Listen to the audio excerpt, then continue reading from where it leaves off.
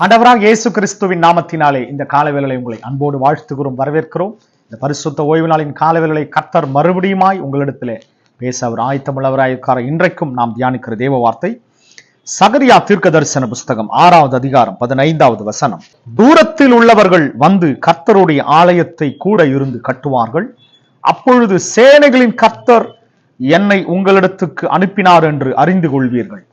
நீங்கள் உங்கள் தேவனாகிய கர்த்தரின் சத்தத்தை கேட்டு நடந்தீர்களானால் இது நிறைவேறும் என்று சொல் என்றார். கர்த்தருடைய பரிசுத்த நாமத்திற்கு ஸ்தோத்திரம். சகரியா தீர்க்கதரிசனம் யெசுவாவுக்கு கர்த்தருடைய வார்த்தை உண்டாகி உண்மையாகவே தேவனுடைய வார்த்தை சொல்லுகிறது, தூரத்தில் உள்ளவர்கள் வந்து கர்த்தருடைய ஆலயத்தை கூட இருந்து கட்டுவார்கள்.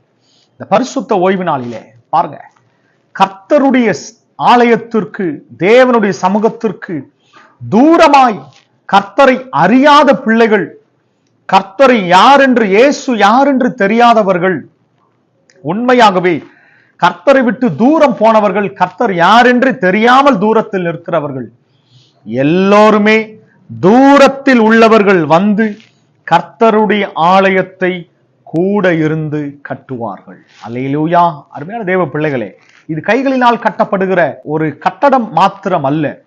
தேவனுடைய சபை இந்த கடைசி நாட்களிலே எழுப்பப்பட போகிறது. எல்லா இடங்களிலும் தேவனுடைய கர்த்தருடைய ஆலயம் என்றால் கூடி வருகிற ஜனங்கள் அதிகமாய் பெருக போகிறார்கள். இப்ப நல்லா கவனிங்க, தூரத்தில் உள்ளவர்கள்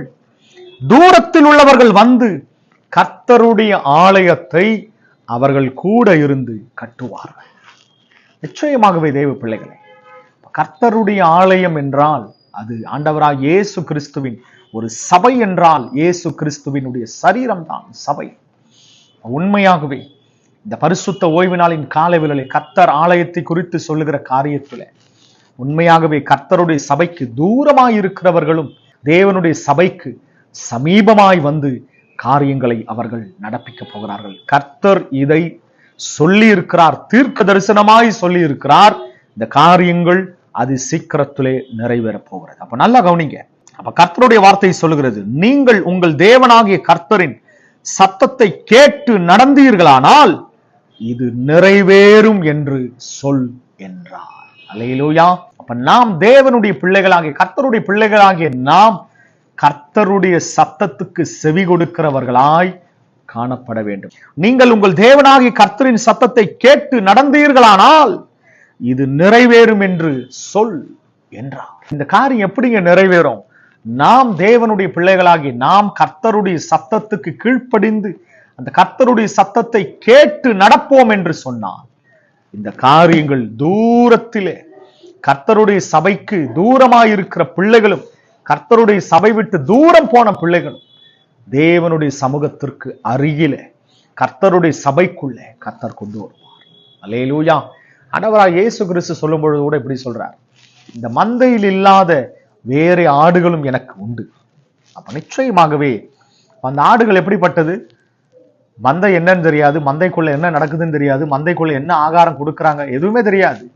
மந்தையில் இல்லாத வேற ஆடுகளும் உண்டு. அப்ப அதுதான் இந்த சகரியா தீர்க்க தரிசனமாய் சொல்லப்பட்ட வார்த்தைகள். தூரத்தில் உள்ளவர்கள், கர்த்தருடைய சபைக்கு வெளியில் உள்ளவர்கள், கர்த்தருடைய சபைக்கு வெளியில் உள்ள ஜனங்களும், கர்த்தருக்கு தூரத்தில் உள்ள ஜனங்களும் கர்த்தர் அதி சீக்கிரத்திலே சபைக்குள்ளே கொண்டு வர போகிறார். ஆமென் சொல்லுவோமே. அப்ப தேவனுடைய பிள்ளைகளாகி நாம் கர்த்தருடைய சத்தத்துக்கு கேட்டு நடக்கணும். கர்த்தருடைய சத்தத்தை பாருங்க, கர்த்தரின் சத்தத்தை கேட்டு நடந்தீர்களானால், கர்த்தருடைய சத்தம் கர்த்தருடைய சபையில தான் கேட்கப்படும்.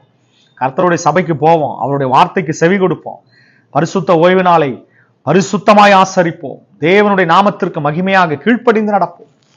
தேவனுடைய சத்தத்துக்கு கேட்டு நடந்தோமானால், கவனிங்க, நடந்தீர்களானால் இது நிறைவேறும். இந்த தீர்க்க தரிசனம் நிறைவேறும். உண்மை நிச்சயமாகவே கர்த்தர் இதை செய்து முடிப்பார். விசுவாசிப்போமா? அருமையான தேவ பிள்ளைகளே, அப்ப கர்த்தருடைய சபைக்கு முக்கியத்துவம் கொடுப்போம். பாருங்க, கர்த்தரே பழைய ஏற்பாட்டிலே கர்த்தர் இந்த காரியத்தை நிறைவேற்றிட்டார். உண்மையாகவே கர்த்தர் அதி சீக்கிரத்தில் இப்படிப்பட்ட காரியங்களை கர்த்தர் செய்து முடிக்க போகிறார். விசுவாசிப்போமா? ஜெபிப்போம். அன்பின் தகப்பனே, அருமையான பிள்ளைகளுக்காக ஜெபிக்கிறோம். தீர்க்க தரிசனமான ஒரு வார்த்தை. ஏசப்பா, தூரத்தில் உள்ளவர்களும் கர்த்தருடைய ஏசப்பா ஆலயத்தை கூட இருந்து கட்டுவார்கள். கர்த்தருடைய சபை அது ஏசப்பா அதிகமாய் கர்த்தரை அறிந்தவர்கள், கர்த்தரை அறியாத தூரத்தில் உள்ள பிள்ளைகளும் கர்த்தருடைய சபையிலே வந்து கர்த்தருடைய சபையை கூட இருந்து கட்டப்பட போகிற கிருபைகளுக்காக, எழுப்பப்பட போகிற கிருபைகளுக்காக நன்றி ஏசப்பா. தேவனுடைய பிள்ளைகளாகிய நாங்கள் உடைய சத்தத்தை ஏசப்பா அதை கேட்டு நடந்தோமானா இந்த காரியங்களை, இந்த தீர்க்க தரிசன காரியங்கள் நிறைவேறும், நடந்தேறும் என்று சொல்லியிருக்கிறீங்க கர்த்தர் ஏசப்பா. இந்த வாக்கு தத்தங்களை, இந்த தீர்க்க தரிசனத்தை கர்த்தர் நீர் அதி சீக்கிரத்தில் நிறைவேற்றி கொண்டிருக்கிறீர் என்று விசுவாசிக்கிறேன். இந்த காணொளி பார்க்கிற ஒவ்வொரு பிள்ளைகளும் இந்த பரிசுத்த ஓய்வு நாளிலே தேவனுடைய சமூகத்தை அசட்டை செய்யாதபடி பரிசுத்த ஓய்வு நாளை பரிசுத்தமாய் பயபக்தியோடு நடுக்கத்தோடு கர்த்தருடைய சபைக்கு கடந்து செல்ல, தேவனுடைய சத்தத்தை கேட்கும்படியாய் தேவனுடைய சபைக்கு கடந்து செல்ல கர்த்தர் உதவி செய்யும். இந்த காணொளி பார்க்கிற ஒவ்வொரு பிள்ளைகளையும் கர்த்தர் நீங்க ஆசீர்வதிங்க. கர்த்தருடைய சபைக்கு தீவிரமாய் புறப்பட்டு செல்ல கர்த்தர் உதவி செய்யும். தொடர்ந்து ஆசீர்வதிங்க, பலப்படுத்துங்க, பெரிய காரியம் செய்யும். இயேசுவின் நாமத்தில் பிதாவே, ஆமென். அருமையான தேவ பிள்ளைகளே, இந்த பரிசுத்த ஓய்வு நாளிலே கர்த்தருடைய சமூகத்துக்கு முதலிடம் கொடுப்போம், கர்த்தருடைய சபைக்கு முதலிடம் கொடுப்போம்.